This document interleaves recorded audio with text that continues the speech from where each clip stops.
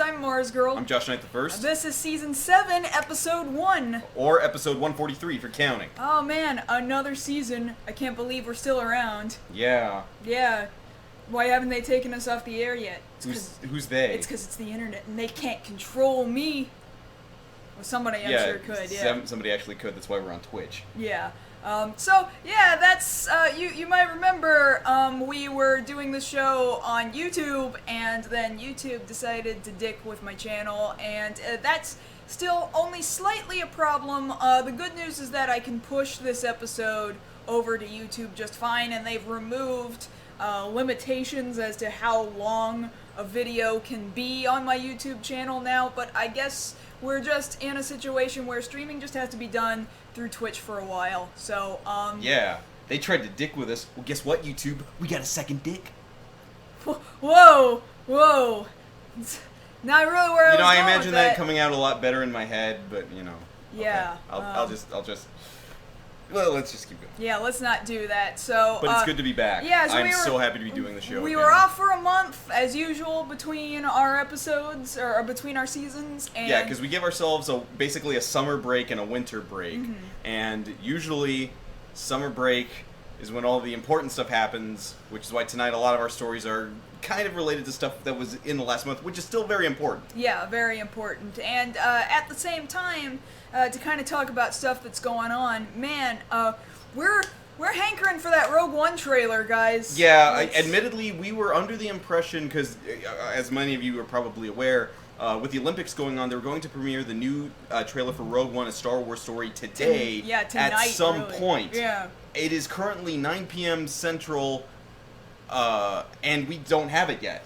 We were hoping we could talk about it today. Yeah, we were hoping it was going to be out already and we'd have it as one of our main stories. So we're half of a mind right now. If we see, because we've kind of got Twitter in our corners here, if we see that thing goes live, we might turn part of this episode into a live react of that trailer. I'm just saying. In which case, you guys will have a few seconds of, oh my god, I need to get the hell out of here before they spoil something for me that I don't actually want to see. But I'm hoping that since it's just a trailer, you guys won't actually mind, because we all want to see this trailer. We very much want to see this trailer. Yeah, I want to be teased. I don't want everything told to me, but I do want the tease of the trailer. They've been good to us so far. Yeah. They've been good, so I trust them.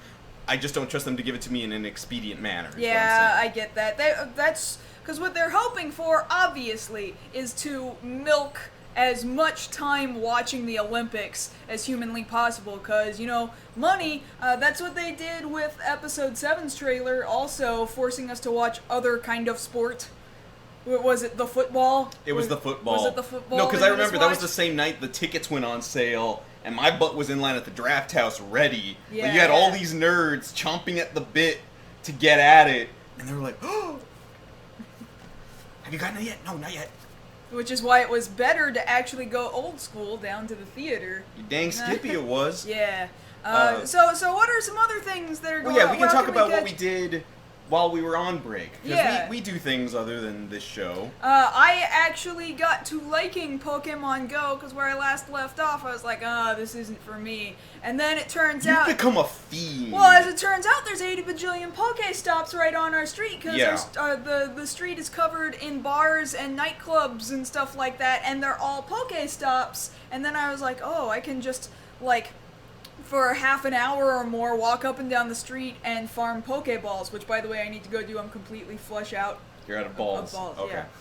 Yeah. And so, yeah, I've done a lot of walking over the summer, and it's been very hot. I also tested out mobcrush.com, which is another streaming service, kind of like Twitch. However, it was super easy to stream gameplay from my phone. I did that just yesterday. Walked around Woodlawn, where they have a ton of ghastlies. I didn't have any. It's become a ghastly nest. Apparently it's a nest, but just, oh man, I got back in the car and I looked at myself in my phone camera and I was like, oh, I am bright red. It is so hot. I wasn't sunburned, but I was just, and there's really not enough stops. Admittedly, the heat index out here gets up to 105, so it's not very fun. So we had that going on. Monday we actually went to go see because we were talking to you guys about it before in the season, that Funimation licensed Rurouni Kenshin, the 3 live-action movies to premiere this month, next month, and the month after, the 3 movies. We saw the first one on Monday legally. Yeah. Support that mess. Get out there. Again, it's a great movie. You guys get the chance to see the next ones. If you got to see the first one, great. Get in on the next one. They're awesome movies. What happened before that? I don't know. That same day was your birthday. It was my birthday. I'm a year older now. Yay! Yeah, woo! Josh had a birthday. Yeah. So we had a couple of things for my birthday. I got myself some stuff. You guys heard me talking about it. You guys remember this? The brake gunner from Kamen Rider Drive, Machine Chaser's weapon there. So it looks small until you put it in your hand, and it's like, no, that's about right. Okay, and so that's then good. I got you this. Yeah, talking about Star Wars over here, you got me the Nerf Stormtrooper First Order Blaster. This thing is actually really fun to use. You think that'll be good during Magfest Nerf War? I really do. It's got good accuracy, nice kind of pump action on there, so I'm definitely going to be using that. Yeah, and speaking also of Magfest, really, man, those hotel reservations went up, and Magfest has never had the hotel blocks book up so quickly. The They were just gone. Gaylord booked up in under 20 minutes, and then it was within the hour that every single of the 4 overflow hotels got completely booked up. Today, ticket sales went on sale. Luckily, I'm assuming that we have panels and events and stuff, and that we'll be okay with badges. And hopefully, yeah, because we do at least 2 events. Because right now I'm not freaking out about badges because we couldn't buy the badges if we wanted to right now. So I desperately hope that we do not need to buy badges because there won't be badges. There won't be anything left. Yeah, and I don't think they've ever sold out of Magfest badges. No, before. this is a first for them. They were saying we were anticipating a rush, but nothing on this level. So, thoughts and prayers to everybody out there still trying to get a room, still trying to get a badge. Yeah, despite the fight. In fact, we only have rooms for the Wednesday, the day before the event. We like to not have to rush to get there. And then the Thursday, the day that it starts, and we don't have crap for Friday or Saturday. We have no place to sleep. So my hope is that either A, they add more hotel room blocks, which they talked about doing, so I don't know whether or not they'll do it, because then somebody else said, no, we used the whole hotel. I don't know what to tell you guys.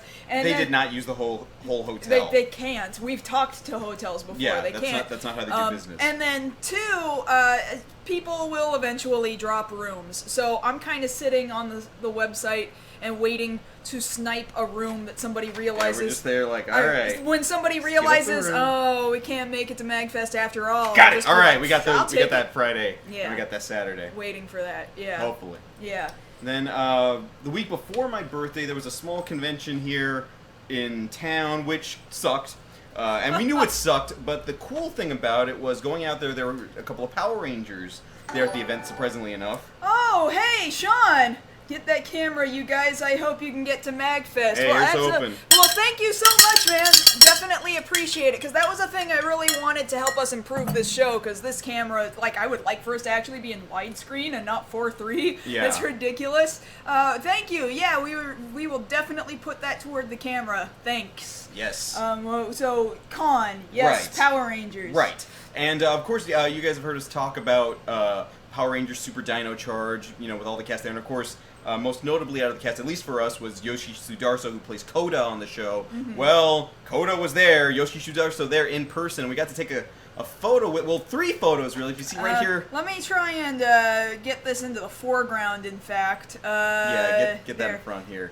Yeah, there you can see. He took these photos himself. Yeah, he grabbed my phone and then put himself in the middle of the frame. Yeah, so I gotta say, dude is the most chill guy.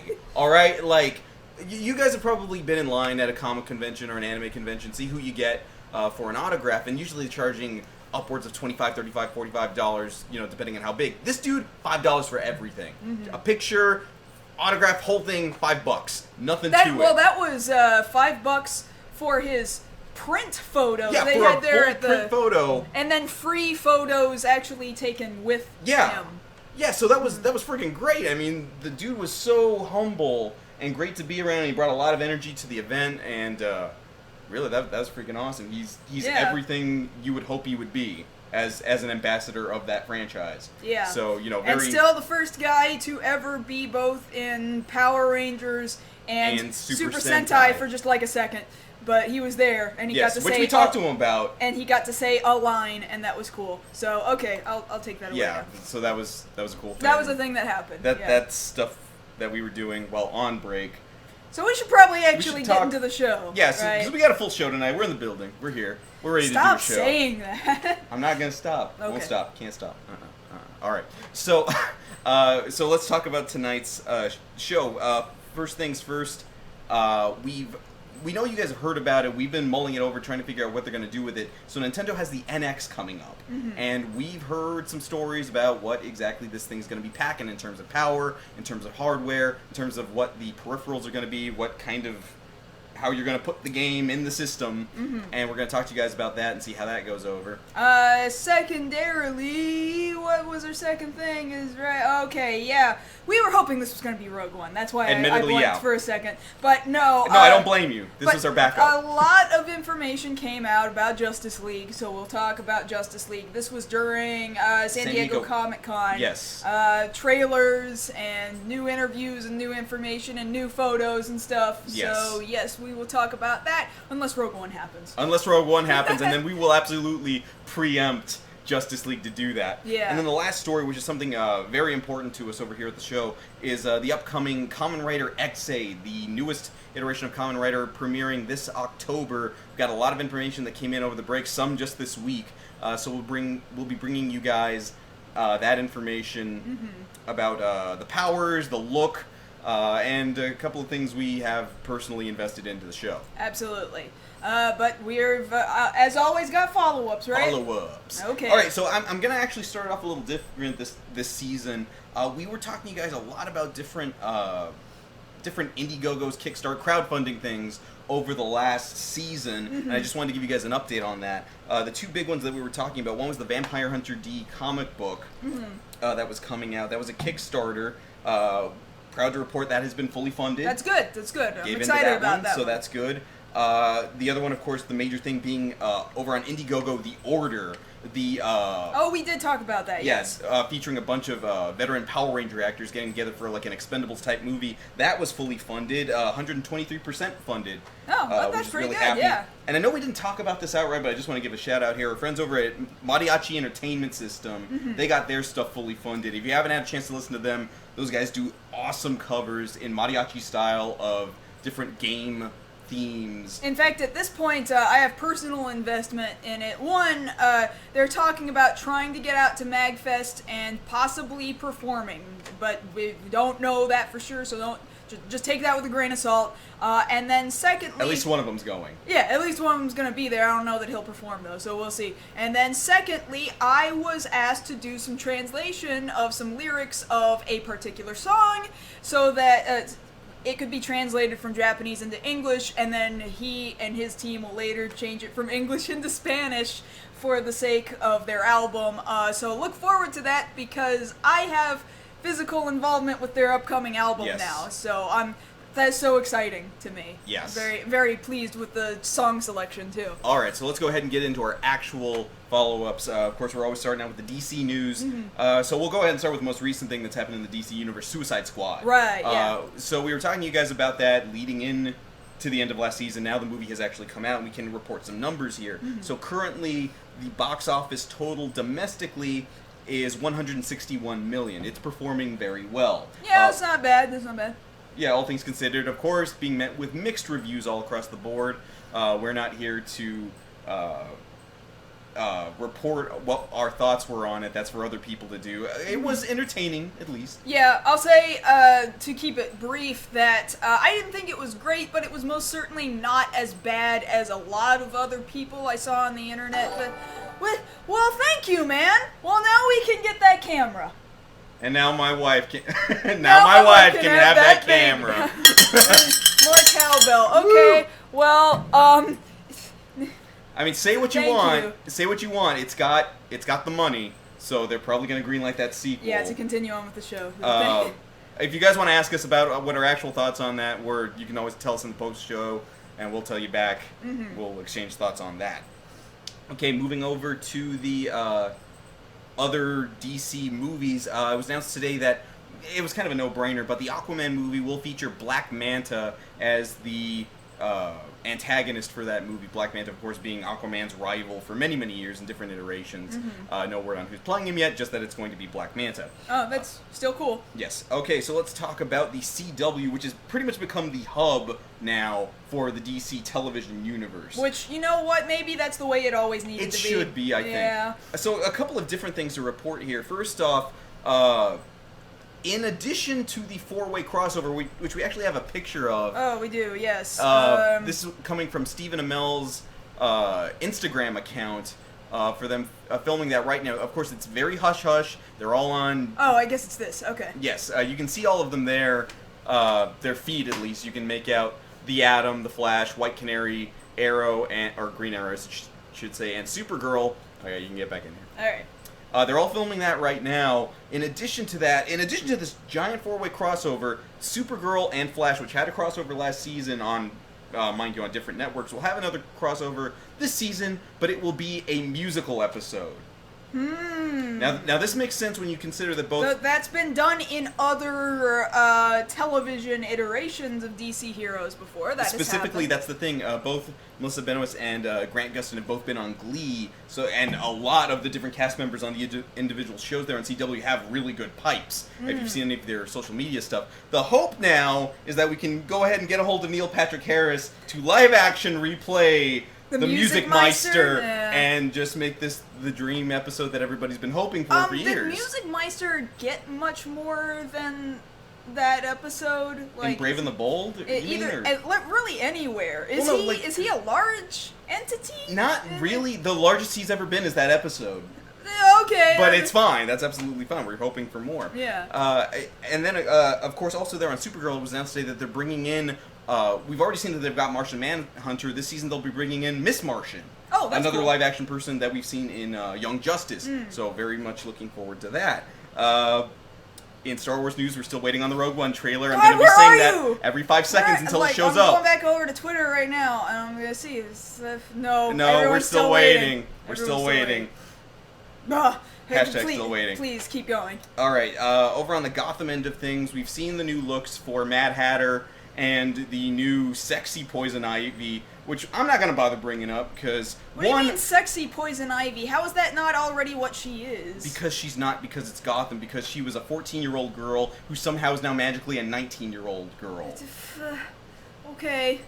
Because they realized they screwed up, right? And now they're trying to get you to forget that they screwed up? But they're the way they're doing it, we said this last season, it holds up here. It doesn't work. No. So, yeah, Gotham, whatever. Get that out of here. Even though we don't have a picture. Okay, moving over to the Marvel end of things. So we got an awesome new trailer for the next Marvel Netflix series, Luke Cage, this week. Yeah, we did just watch that. That, of course, premiering on September 30th. This new trailer showing off more of the feel of this different part of the city. At first we were in Hell's Kitchen, dealing with that part of the city. Now we're in Harlem. And, of course, the series has a whole different feel to it, but it still feels very real. Like, if I didn't know this was a Marvel series, I would think this was like The Wire or something like that, a very real-feeling series. What's nice is they have a little Easter egg there of showing Luke Cage after he's been experimented on to get his powers. He's got the bracers and the tiara that he was known as having from the 70s, so it's a nice little nod there because, of course, he can't wear that now. That doesn't fly. Kind of disappointing. But then again, I've never read anything of Luke Cage, and actually, I don't know much about many of these particular characters that are coming to Netflix, but this is one that I feel is grounded enough that I'm like, no, these people seem very, very real, and I would really enjoy watching this series about these very real-feeling people. Yeah, because the only unreal thing about this one in particular is this guy... Is his strength, really. Is his strength and his bulletproof body, which is absolutely fine. That's something that they're very much looking to promote here. Okay, so moving over to some other movie news. So, of course, out in Japan right now, Shin Godzilla is #1 at the box office. Of course, over here it's going to be released actually as Godzilla Resurgence, and we have confirmation that we got over the break that Funimation will be distributing this fall over here. It's interesting that this graphic, and this is from Funimation directly, right? They're using the words Shin Godzilla and not Godzilla Resurgence, as we've seen it marketed in other markets. Of course, the movie's gotten mixed reviews itself, many of them varying from it's okay to my God, is he scary? And I don't know which to believe. I'm gonna have to...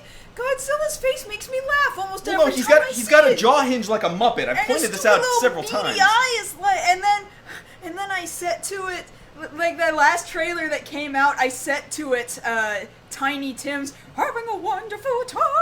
You made yourself cry. It was hilarious.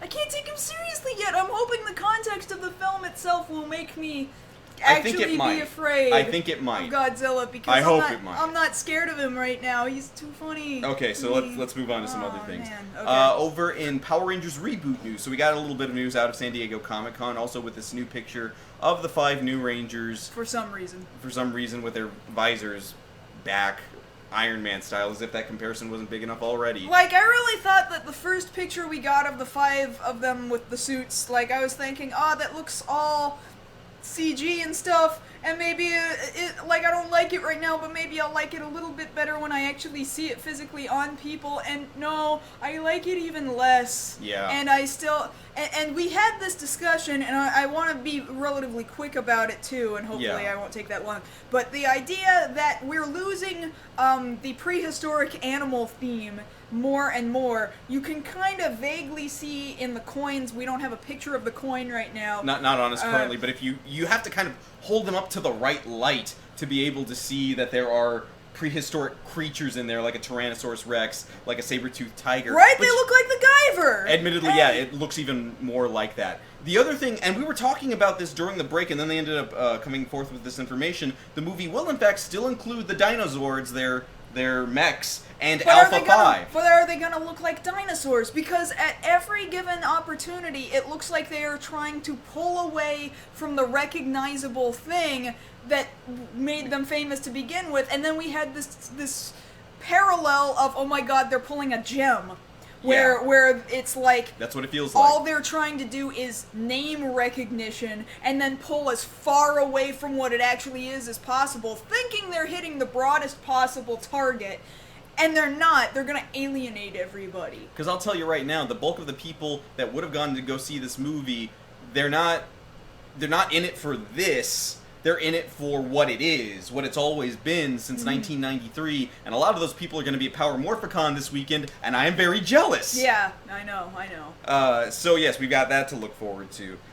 In other news, so interesting thing, retro gaming has come back. Yes. We go to Magfest every year. There's a ton of love for retro gaming there. Nintendo's like, you know what? We're going to cash in the way we know best. We're going to give you guys the Nintendo back. But and it's going to be small. It's plug and yeah. play. Of course, everybody hearing about this, it's going to be retailing this fall for what they said, $60 or something like $60, I don't $70. entirely recall, but which some people might say is worth it because, like I'm sure you were just about to say, it's preloaded with a couple of games. More than a couple, 30 games. Yeah. Which is, kind of good, and some of the games seem worth it. I guess, like, Final Fantasy 1, for example, to me feels relatively worth it.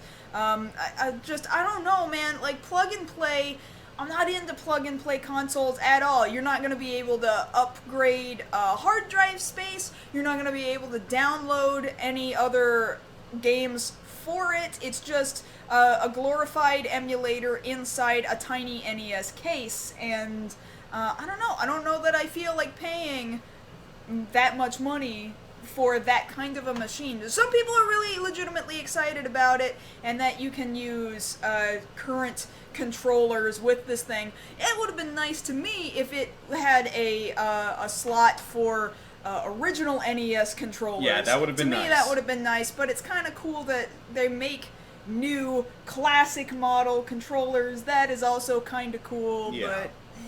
But we'll see. It's probably still going to sell. Oh, I'm sure. Yeah, easily.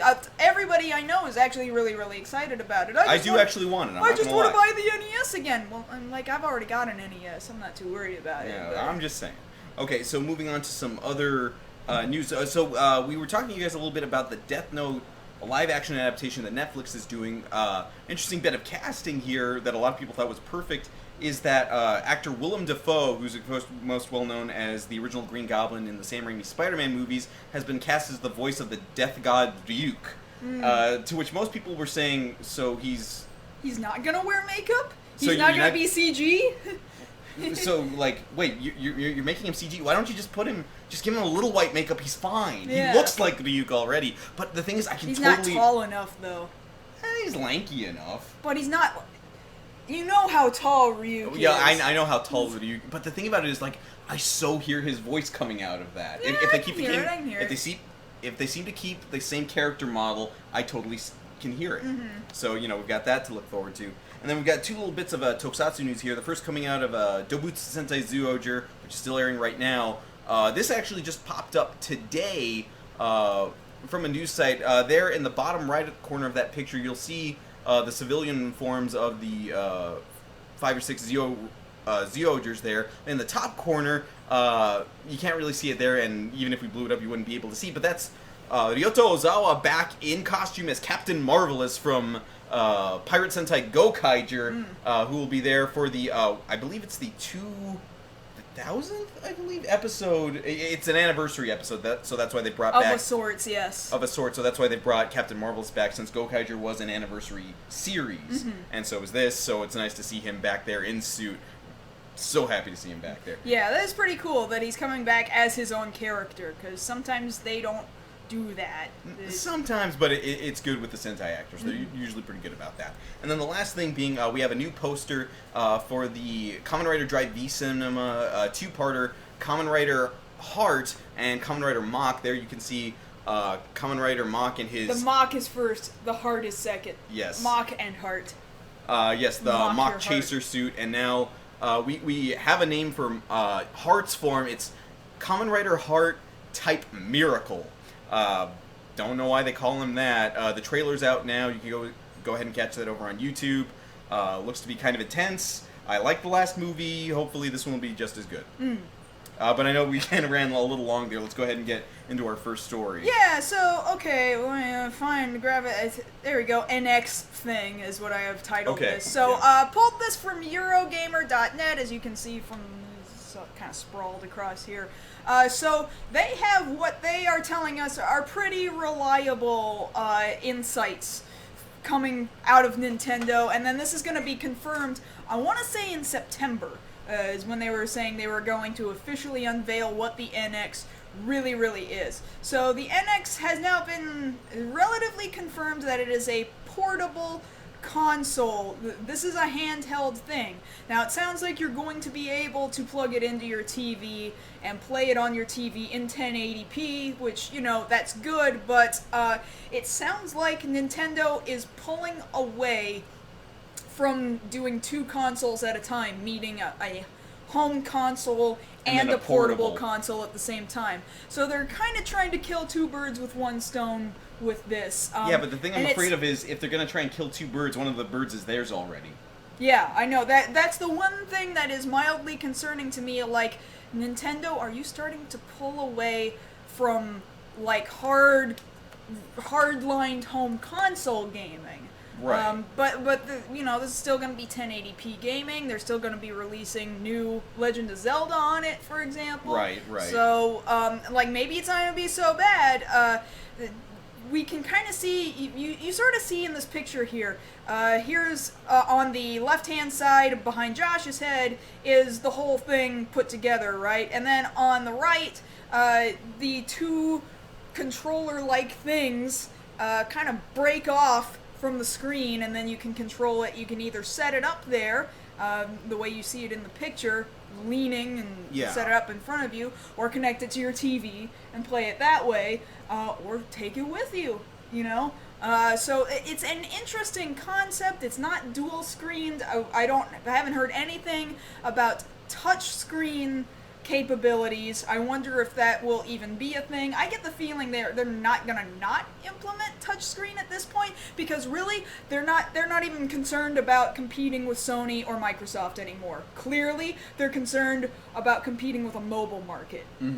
And the thing about it that's been concerning up until this point is that how was Nintendo going to compete with the mobile market, especially with not so great sales of the Wii and now the Wii U. They were thinking, okay, well maybe we'll just double down, reinvent ourselves, but this seems to be the way they're choosing to do that. Yes, and they're allowing you to be able to download games, but it's not going to be a whole heck of a lot of games, because right now what I'm reading is it's got why am I blanking on additional storage space of 32 gigs, and 32 gigs isn't a lot of space. Not anymore. No, it's definitely not anymore. Not enough to continuously download games, and so they're talking about, no, we're talking about cartridge-based selling of games, really not too dissimilar from any of their previous handhelds, DS, 3DS, cartridges, which would then mean there's no backwards compatibility to Wii U or Wii titles, because, you know, those are disc-based. So there's no place to put a disc in this thing, guys. Right, so this thing is off on its own island. Yeah, basically, yeah. And they're talking about not having as much power in it, because obviously how can you put a ton of power in something portable. In something portable? So they're sacrificing they're sacrificing power for playability and portability. Well, see, here's the thing about that I'm wondering about, because, you know, you want to think that Nintendo makes fairly informed decisions when it comes down to designing and then implementing these new consoles, whether it be, you know, home, stay there in front of your TV console, or take it with you in your backpack console.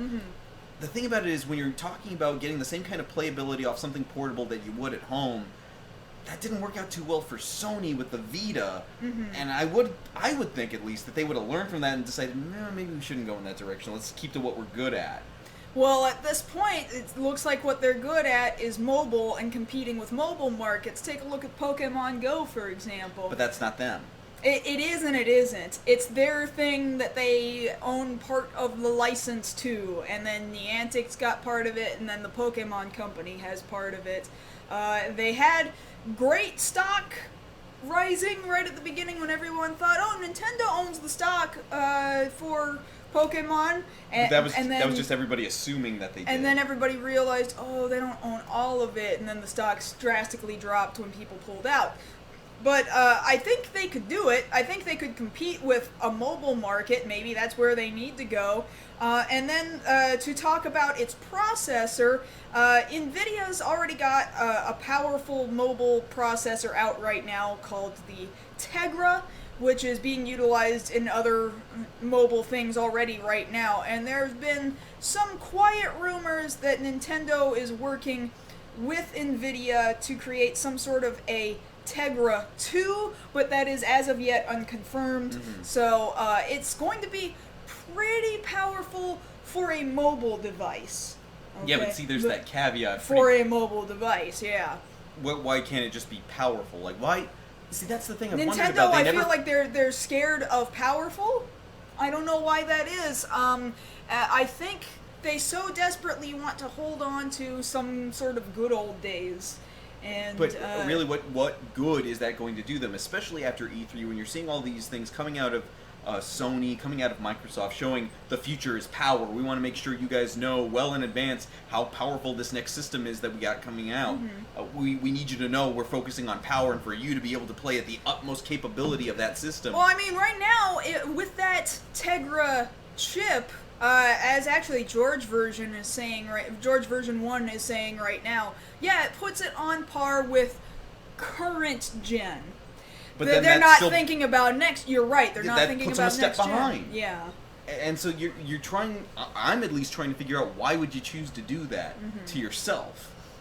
Because you would think you're not just thinking of your bottom line now. You're thinking several steps ahead. You're thinking several years ahead. You're even trying to think several models ahead. We've known that they've been kind of sort of playing around with the idea of what will eventually be the NX for at least the last year and a half, if not 2 years.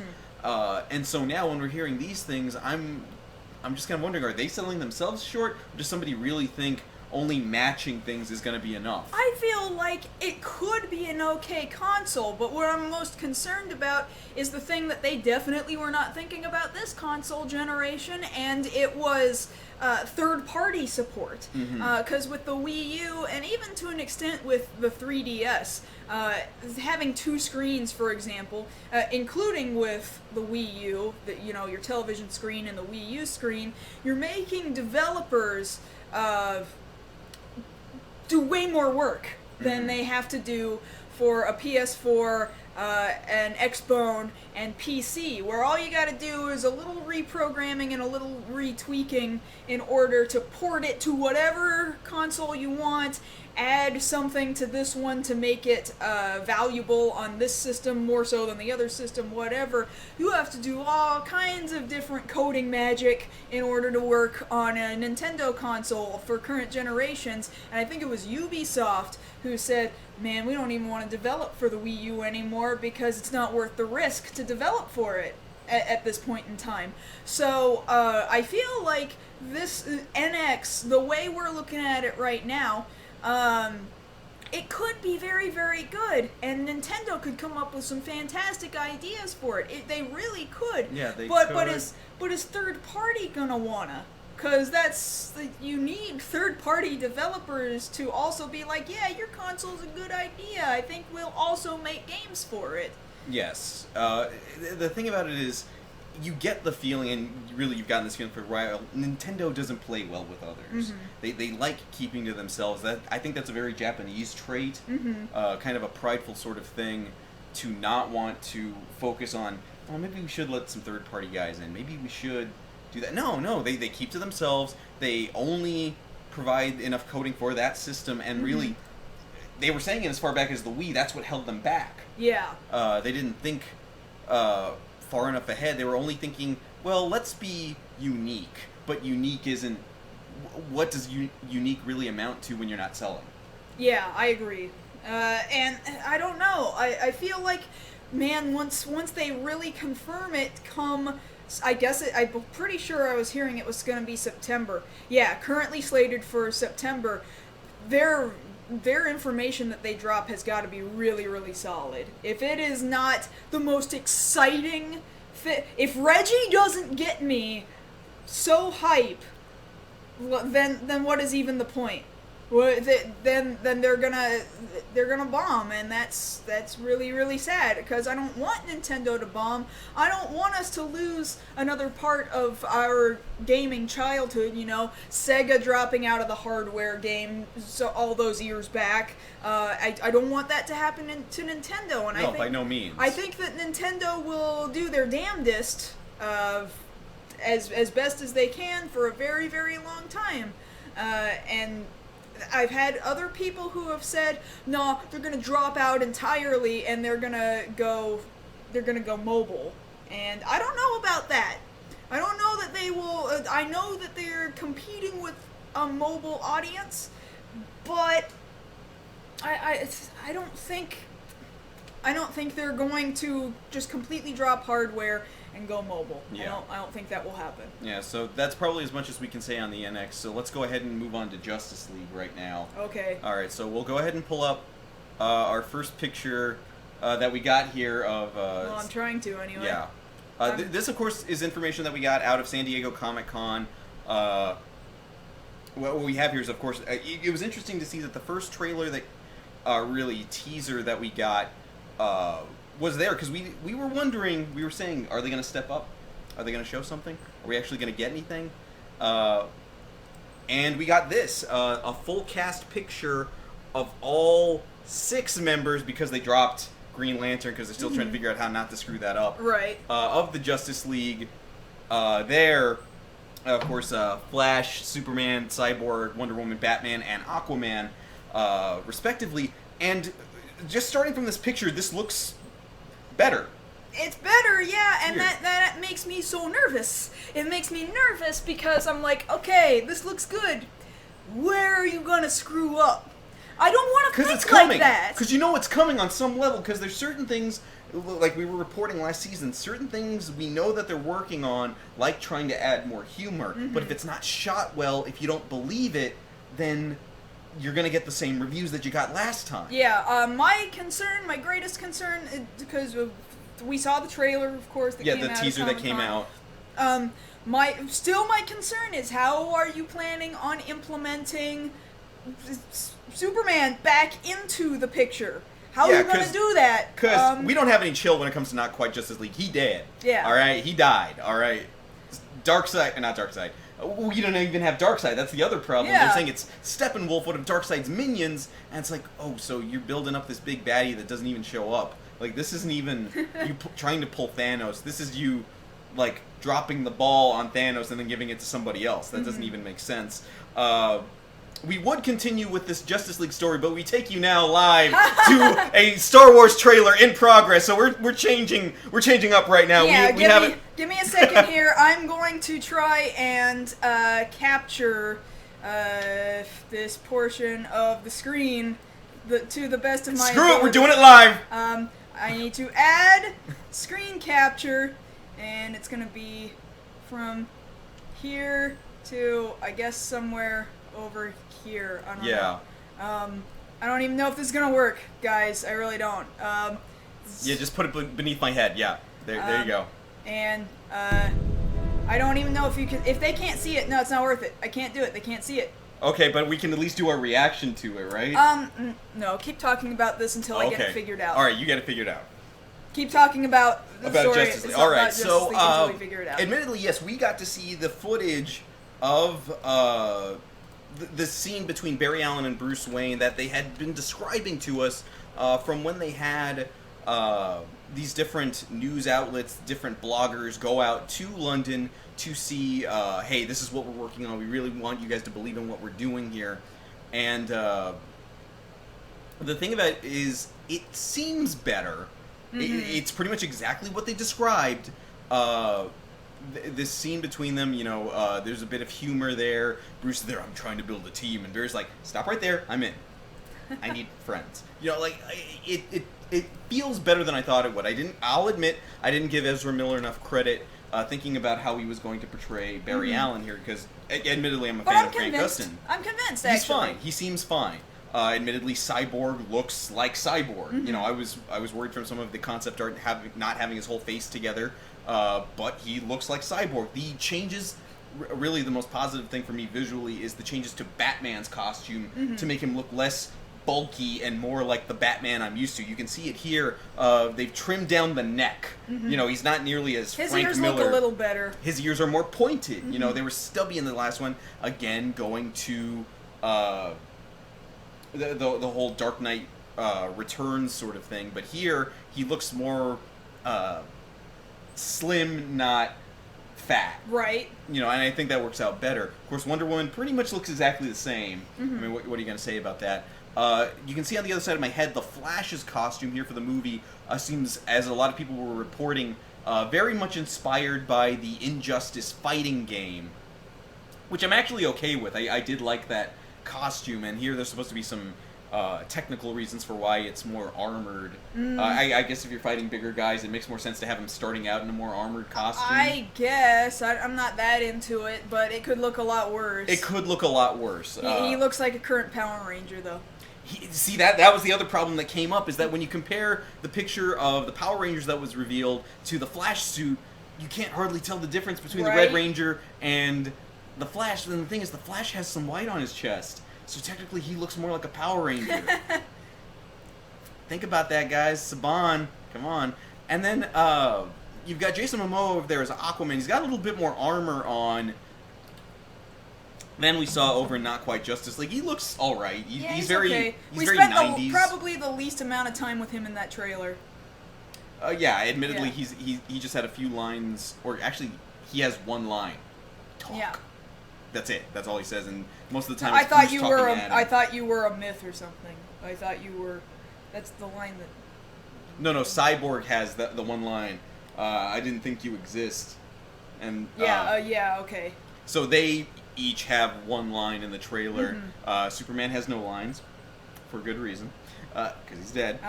And he'll come back. I'm just confused how. That's all. I have no idea how that's gonna work, and they haven't talked about it at all. Yeah. Which scares me, because you know it's gonna be cheap. So, just know. So, do you think we talked about it enough? Yeah. All right, I'm gonna try and pull in the trailer one more time, guys, for Rogue One. So if you don't want to see this, then I hope you will look away. Well, okay, I'm playing this, guys, right here.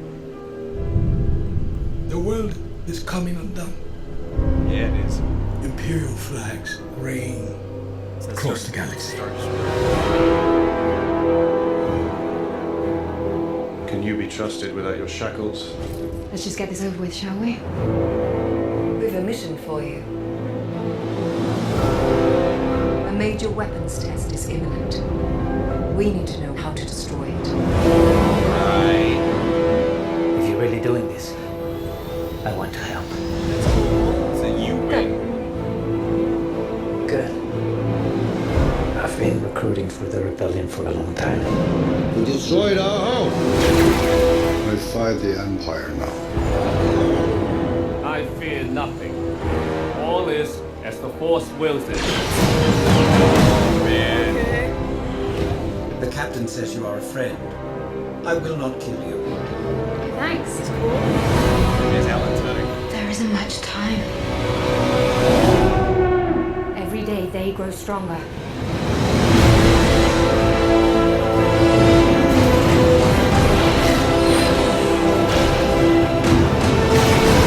There is a 97.6% chance of failure. He means well.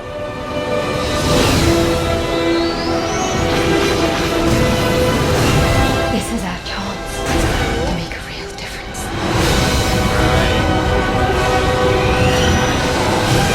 Are you with me? All the way. Okay, there's gotta be something else. I just feel like. There it is! There it is! That was the money shot. That was what everybody was waiting for. Because you knew. Okay, we'll talk about this for a little bit. Yeah. Because we still have to get to our last story. But, yeah, there you have it. The first trailer that we've had in a while for Rogue One, a Star Wars story, coming out this December. Definitely looking a lot more, I want to say realistic, grounded, Yeah. very grungy. Like, this is the nitty-gritty. Like, whereas everything else is glossed over, like, oh, this is the pretty parts of the galaxy during a time of Civil War. No, this is the real deal. This is the in the trenches. Stuff is getting real. We are going to die Which was today. kind if of we screw always up. a story I wanted to hear about, because we all knew that there were people who were not Jedi in this universe who probably had their own slew of problems, which is what the expanded universe tried to touch upon several times, I'm sure. But now to actually see it on screen is really freaking cool, and knowing Darth Vader, like, we already knew Darth Vader was going to be some sort of presence in the movie, but to actually see a shot, to hear his mechanical breathing, Yes. feels more satisfying.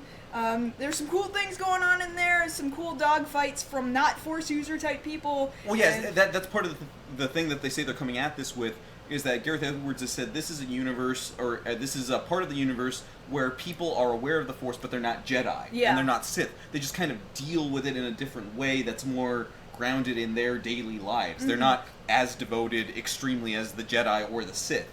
Which is where you get a character like Donnie Yen's character, who believes in the Force, but he was never trained. So he kind of had to quite literally feel his own way around because he's blind. So I imagine it might be a sort of Daredevil situation, like he uses the Force to see or something like that. But that's an interesting way of looking at it when it's somebody who's not as aware as some of the other characters we've been introduced to. And then you've got these other guys who've been obviously broken down, beaten by the Empire. Like, I'm tired of this crap. I ain't taking it anymore. I'm gonna shoot somebody, and I'm gonna try and get something done because I don't want what happened to any of my friends, my family, to happen to the next guy. Right. And that looks so good. Oh man, the way Donnie Yen took out all those troopers. God! That was so cool. Yeah. Yo, go see Ip Man 3. I'm just saying. I'm just saying he's awesome in that. But no, I'm very much looking forward to that. They only have to give you the tiniest bit of Vader. That's Yeah. it. Because they say he's going to come in a big way, and he's going to be very scary. And that's the thing. Like, you're given this impression if you're there in 1977 in a theater, like, oh man, I don't know anything about this guy. He's scary to me. Whereas now, all these years removed from the original, it's like... We do know, but these characters don't. Yeah, these characters don't. They've never met Darth Vader before. So it's going to be interesting to see that for the first time since when did Return of the Jedi come out? 1981? No, it was later than that. It was like 83 or something like that. No, because 83 was Return of the Jedi. Well, maybe it was 82 or something like that. Point being, for the first time in generations, seeing two new characters, fresh eyes, on the big screen, this is why you should be afraid of Darth Vader. Yeah, I'm excited for that. Yes. For that character interaction right there. For people who have no... there is no hope, thus they need the new hope. Right. There's no hope to call out to the Force. 83, there you go. See? Okay. There's no hope to call out to the Force because, they're not Force users, and so he's that much more terrifying because he's this big scary wizard to them. Right. He's the boogeyman. Yeah. And that's really what I want to see with Darth Vader in this. I want to see the boogeyman. Empire was 1980. See? Yes. 83 was Return of the Jedi. Okay. See? That's what I said? No, it's not. Yeah, it is. Okay, but yes, that's the little bit of news on Justice League, which you guys are probably already aware of. And the new news that we just got right now, y'all saw live here on this show. And people are going to be wondering when they see this on YouTube, why? This is late to me. Yeah, I know, but these people here are happy. So, Yeah. Yeah. Alright, so we've got one more story, and this is in reference to... The new rider. The new rider, he's got a picture, and it's right here.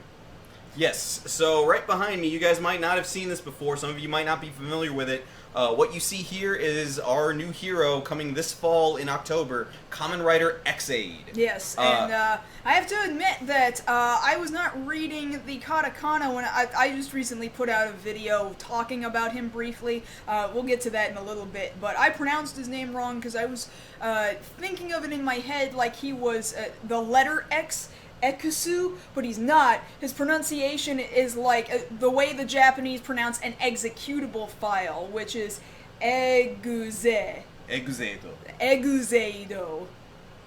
Yes. Yeah, so I mispronounced it. I goofed, but... So we've got a lot more information about this new writer. Of course, he was just confirmed over the break. The look of it, the overall feel of the series, of course, as you can kind of see there from his... Well, his chest is kind of hidden by my chair. Yeah. He's a gamer. Yeah, and that definitely looks like a Super Famicom controller on his chest. At least the button scheme. Yeah, the button, especially the color scheme. Right.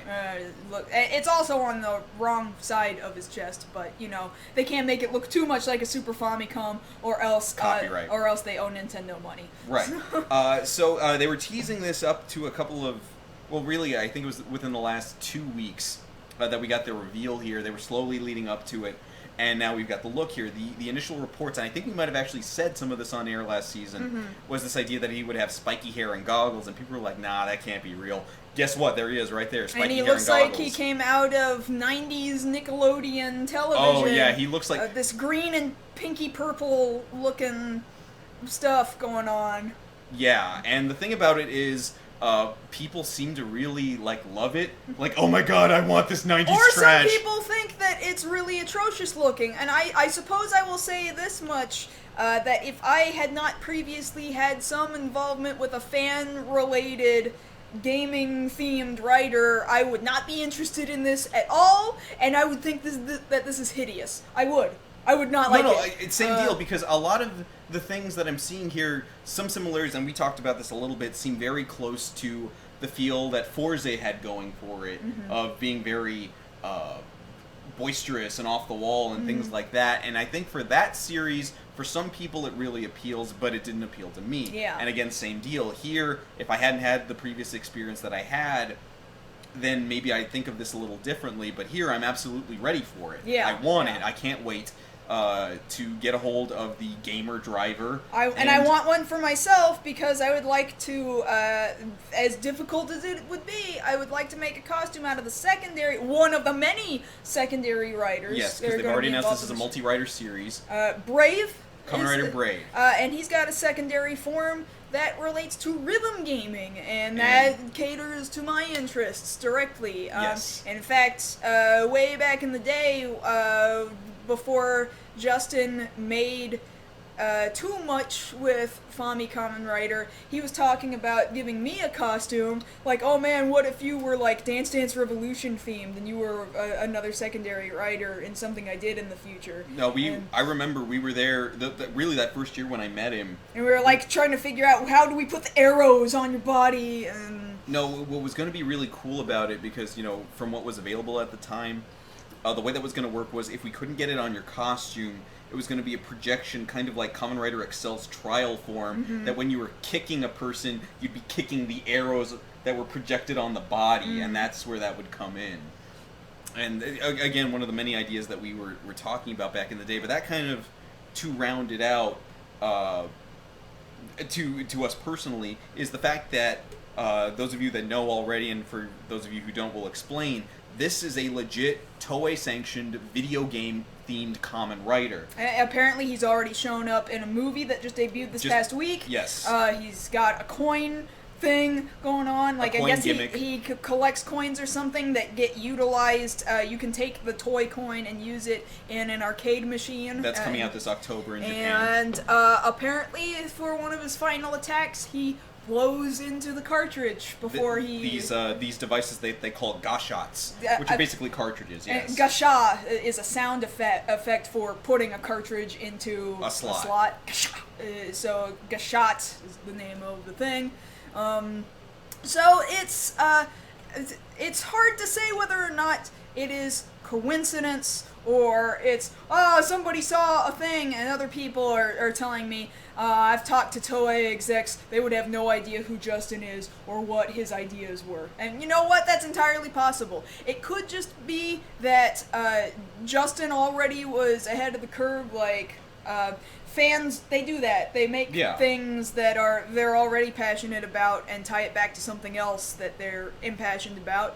And it could be that we also were really good with Farewell Fami Kamen Rider in already understanding how Toei Tokusatsu special effects shows function, and we knew all the tropes and we built around that, and now it's just kind of coming full circle thanks to nothing but coincidence. And even if that is all that it is, you know what?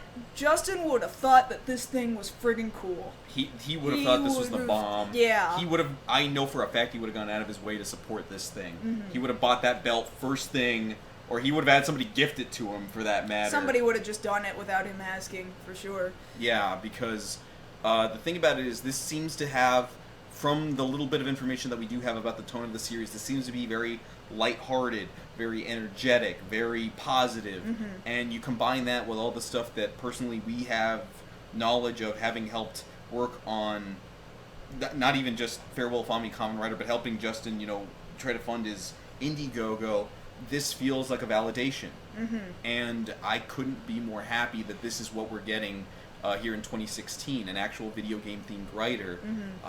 It goes without saying that we are both of the mind, and many other people, that it's very unfortunate that Justin's not here to see this, but for his sake we should enjoy it, I think. Yeah, for sure. And I talked about that in a video that went live. I had it unlisted for a while, unsure whether or not I should make it public because I was kind of nervous about it. But when I made it public, I had no idea just how much it would touch people who had never even heard of Justin. More than in a single day, more than 20,000 people have seen that video, including a bunch of people in a lot of Eastern Asian countries, Taiwan, Malaysia, Indonesia, who had never heard of Justin and now are going way out of their way to research what Fami Kamen Rider is, based on this story of him and his creation of it and its attachment to, it may or may not be attached to Ex-Aid, and to think that Justin's memory, it gets renewed and continues to be passed on in such a manner really is super touching and humbling to think about. Yeah. I'm glad for that. And for that reason, I'm glad for Ex-Aid's existence. Yeah, it ties back to something that was said in a recent episode of Ghost that, and it really does kind of speak to this, and we'll try and leave it off here, is that even if somebody's not around what they meant to you, their legacy can still live on through you. And fully believing that if Justin enjoyed gaming, if Justin enjoyed Kamen Rider, he would enjoy this, and if he's not here to enjoy it, I'm damn sure going to enjoy it for him. I guess that's as good a place as any to leave off. I hope we can leave it off, and I think it's a pretty positive note. I do think it's a positive note. I can't wait for this thing to come out. I want to see what the first trailer looks like. I want to see what the civilian form looks like, what the bike looks like in person. I can't wait to support this thing. Yeah, for sure. I hope Toei will give us an outlet to support it in a Western audience, too, because, after all, a Westerner got inspired by Kamen Rider. It would certainly be nice if Westerners could enjoy this too, legally. And I will go ahead and take the picture off. We've run a minute over time, and I think that's okay. For a season opener, that's usually what happens. Yeah, for sure. And as usual, I don't know if some of you are new to this, but if you are new to this, we're going to do an additional half an hour of Q&A time right here and right now, but it's only for you guys who are here with us live. So if you're watching this on YouTube later, I'm glad you're watching, but it would be nice if you guys could come over here and see it with us live. Right now we're doing it through twitch.tv/MarsGirl. I'd like to be doing it through YouTube. We'll get it back on YouTube eventually. We'll get it back. But for right now, come down on Thursday nights, 9 p.m. Central, twitch.tv/MarsGirl, and I'm excited because you can hang out with these cool people, and they're fun to talk to. Yes. They're awesome. And of course, during the week, you can always hit us up over on social media, on Twitter. I'm at Josh Knight the First. And no, you're at Josh Knight First. Josh Knight First. Josh Knight the First is my name. I'm at Josh Knight First. I'm at MarsGirl. And that having been said, that's been the season premiere of Beyond the Black Rims. We'll see you guys again at 9 p.m. next week. Yay, thank you! But don't actually